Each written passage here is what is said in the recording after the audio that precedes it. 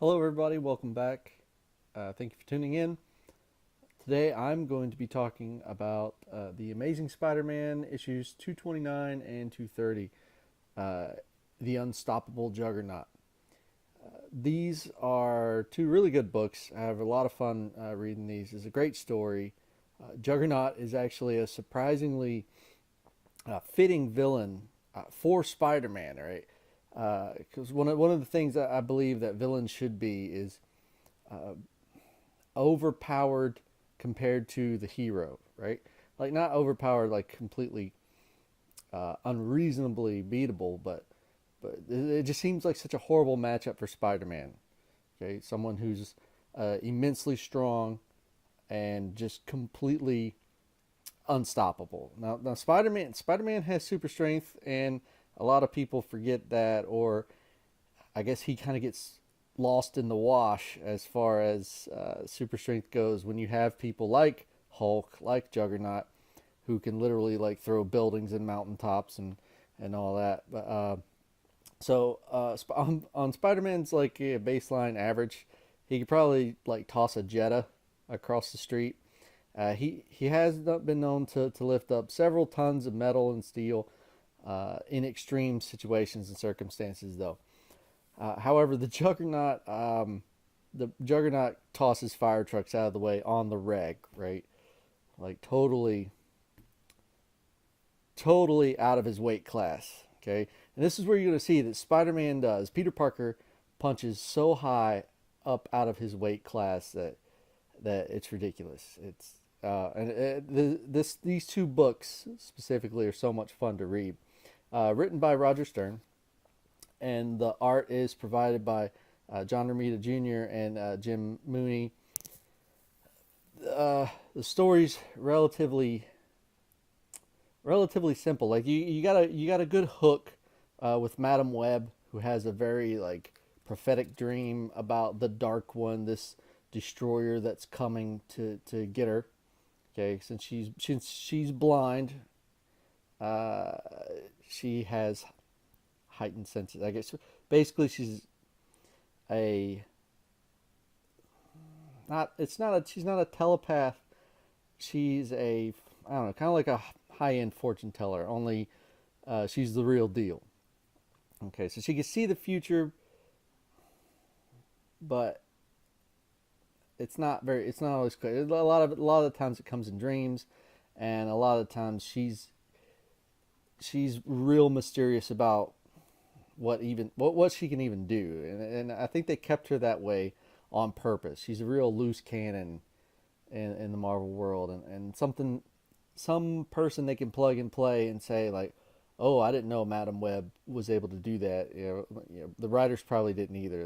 They kind of had that sitting on the shelf as the what do they call it, the Das Ex Machina in a glass jar almost. So she has this prophetic dream where the Dark One, this unstoppable creature, is coming after her to destroy her, and she sees the Champion, which the Champion looks suspiciously like Spider-Man.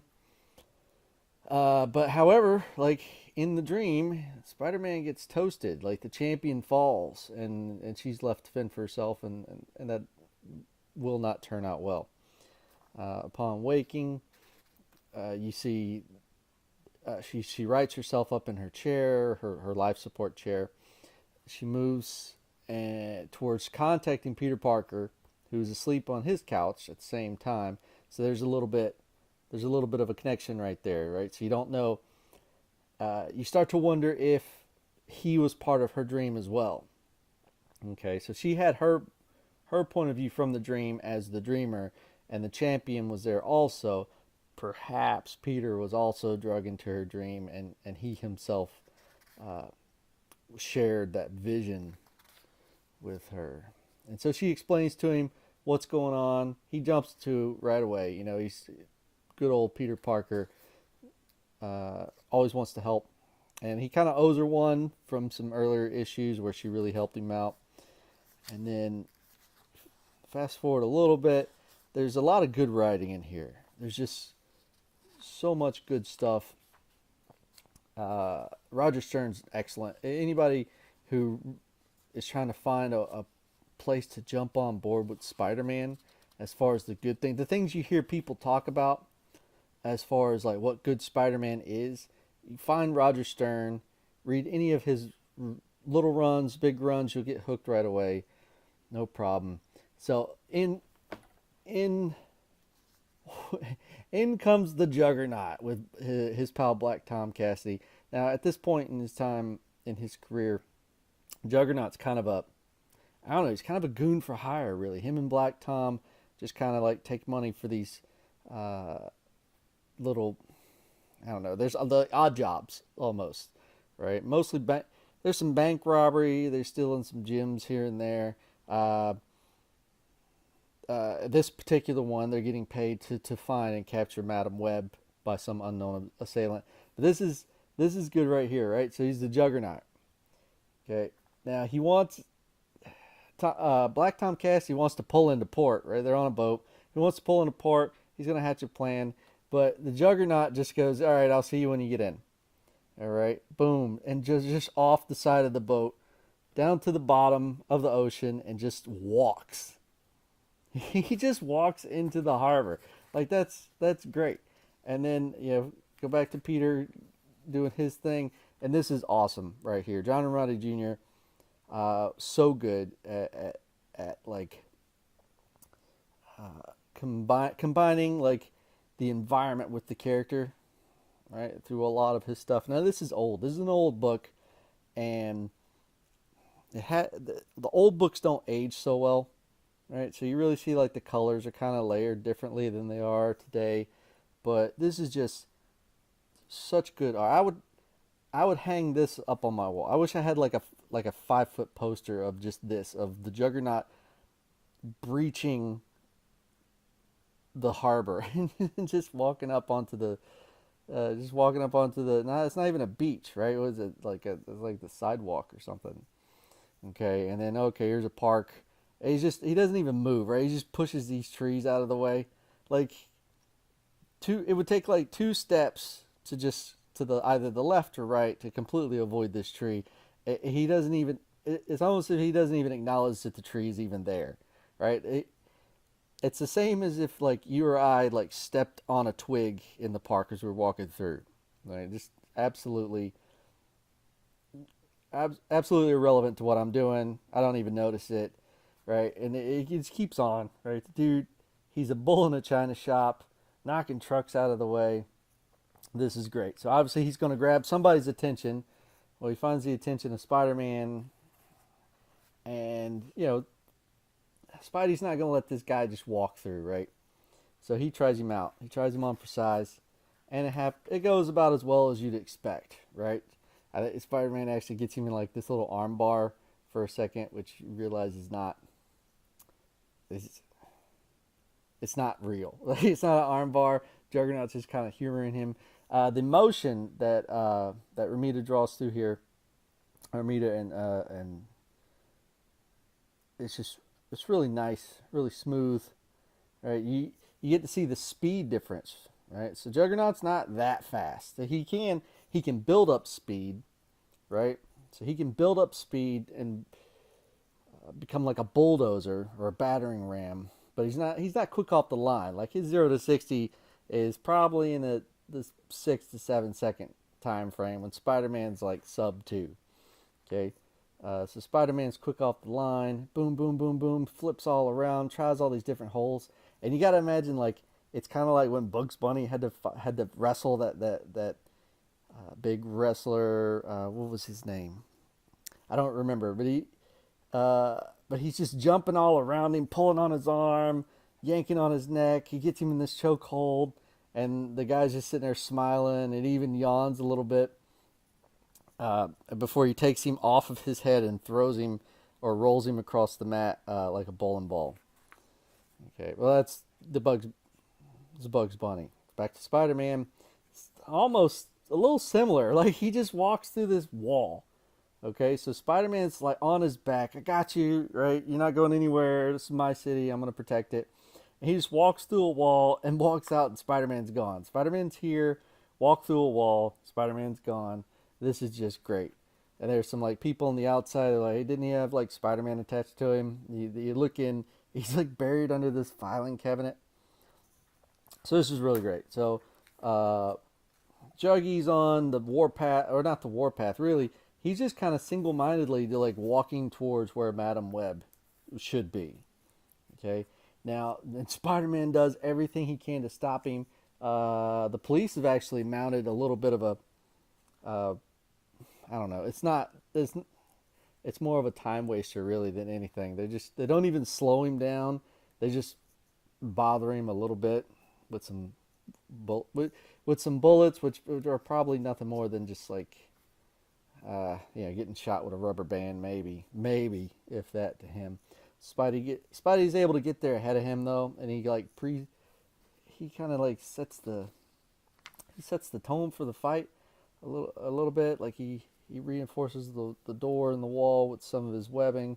Now bear in mind, Spider-Man's webbing is super strong also. Like the tensile strength on this is pretty heavy duty because he's pulled down some serious moves with this webbing, and Juggy just walks right through it. So this entire book, the first one, 229, just establishes the complete ineffectiveness of Spider-Man, right? Going up against the Juggernaut.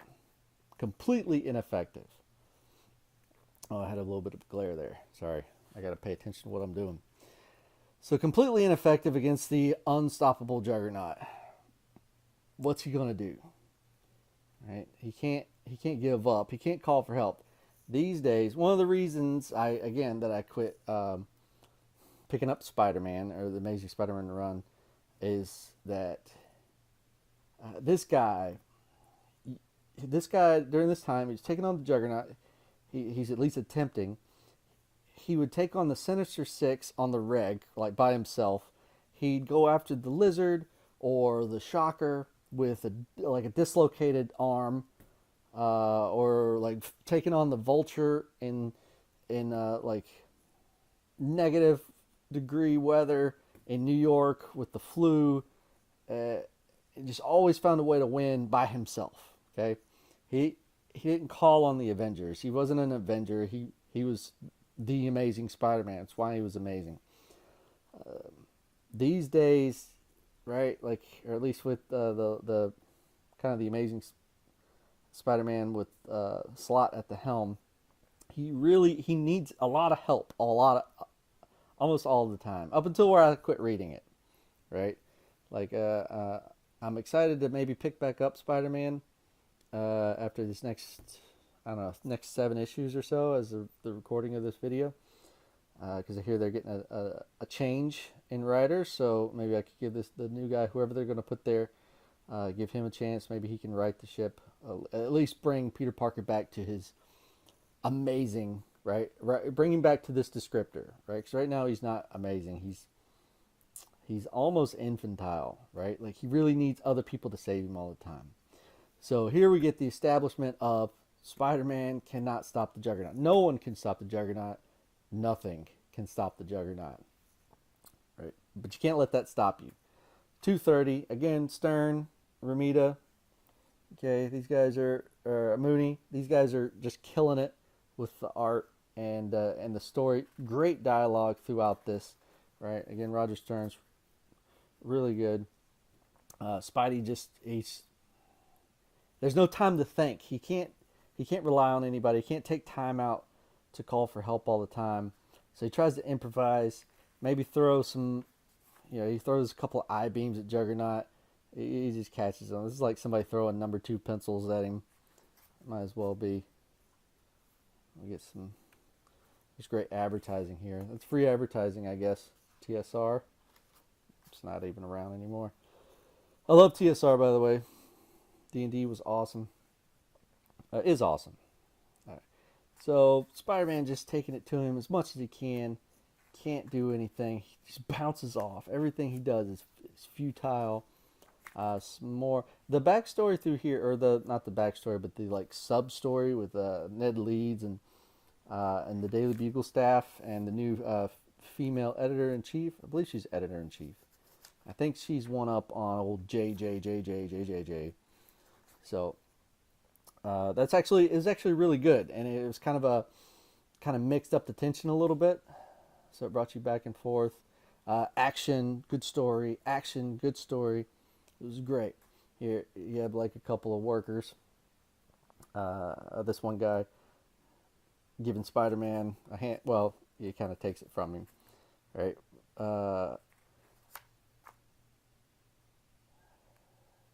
So man, this is so good. This is just such a good. Like, look at this. Look at this stare. Like, like why do you even bother trying any of this stuff? Just you would be safer if you let me walk away. Okay, everything would be safer if you let me walk away. That's just intense. This is so good. And then just boom, the whole tanker truck. Now, physically, I don't know if this would happen, right? Like, I don't know how much speed he got up to. I'm no scientist, right? But I mean, I guess he's going pretty fast. Would like a front collision impact with the Juggernaut like cause this much of an explosion? I would like to think so. I would like to think it would. Right? Maybe like there's probably some, I don't know, maybe there's like a bunch of cell face crumple zones, but hey, maybe they didn't have those standards next time. And what do you know? Spider-Man's barely able to stand up and out through the flames. This guy. This is great. All right, this is as far as I'm gonna flip through because I really want you to pick it up and read it. They really, these went up in price a while back for the single issues unslabbed. I don't buy any slabs. I like to read the books, so if I buy like an old book, it's all right. So everybody's like, oh, it's worth this much money. It's worth this much money. It's only worth what someone's willing to pay for it, or if you're willing to sell it. I used to think this way. Like I would tell my wife, I'm like, oh, this book's worth like $200. Not this one, but as an example, it's like, oh, this book right here is worth $200, and she would look at me and she'd be like, oh, are you gonna sell it? I'm like, no, of course not. And she's like, oh, well then it's not worth $200. So like I understand how market value works and all that, but that kind of drove a point home with me with like, this is my collection, so it doesn't matter how much it's worth. It's worth what I was willing to pay for it to get there. So I know these had a spike in price, but I think they calmed back down. And maybe, I'm pretty sure you can get 230 for somewhere around $20, I think. Or maybe, I don't know, maybe you'll luck up and find it a little bit cheaper. Check eBay. Maybe you find some better prices. But I want you to read this. I want you to finish this. The stories are great. The dialogue's written really well. The art is beautiful. Amazing Spider-Man number 229 and 230, written by Roger Stern, illustrated by the great Ramita Jr. and Swooney. I'm sorry, Mooney. Let's see who else is in here. Joe Rosen for letterer, Glynis Wing colorist, Tom DeFalco editor. Tom DeFalco had a great run as editor at Marvel Comics, and Jim Shooter. I like how they put it right here. It's a hold on, let me focus it. Yeah, dream analyst, right? Jim Shooter, that guy was great at Marvel. I know he had a tough run at Valiant. I don't know. Maybe they should bring that guy back. That dude was solid. Book sales were through the roof when Shooter and DeFalco were piloting.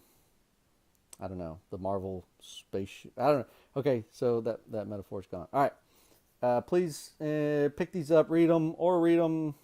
I don't know, borrow them from a friend. The story's great. I'm rambling. All right. Peace out.